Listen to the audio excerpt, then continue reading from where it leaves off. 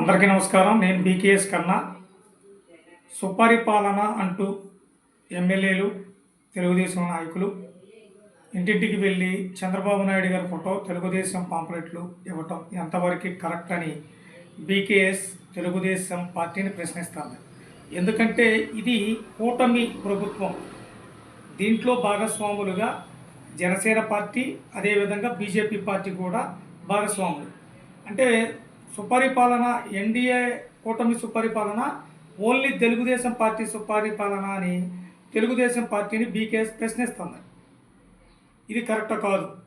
ఎందుకంటే సుపరిపాలన అంటే దీంట్లో జనసేన పార్టీ భాగస్వామి కాబట్టి డిప్యూటీ సీఎంగా కొనిదెల పవన్ కళ్యాణ్ గారి ఫోటో కూడా ఉంచాలి. అదేవిధంగా ఆయన చేస్తున్న అభివృద్ధి కార్యక్రమాలు, అదేవిధంగా బీజేపీ నరేంద్ర మోడీ గారి కేంద్రంలో ఆయన చేస్తున్న అభివృద్ధి కార్యక్రమంలో మోడీ గారి వల్ల ఈ రాష్ట్రానికి వస్తున్న నిధుల గురించి కూడా సుపరిపాలనలో వివరించాలి.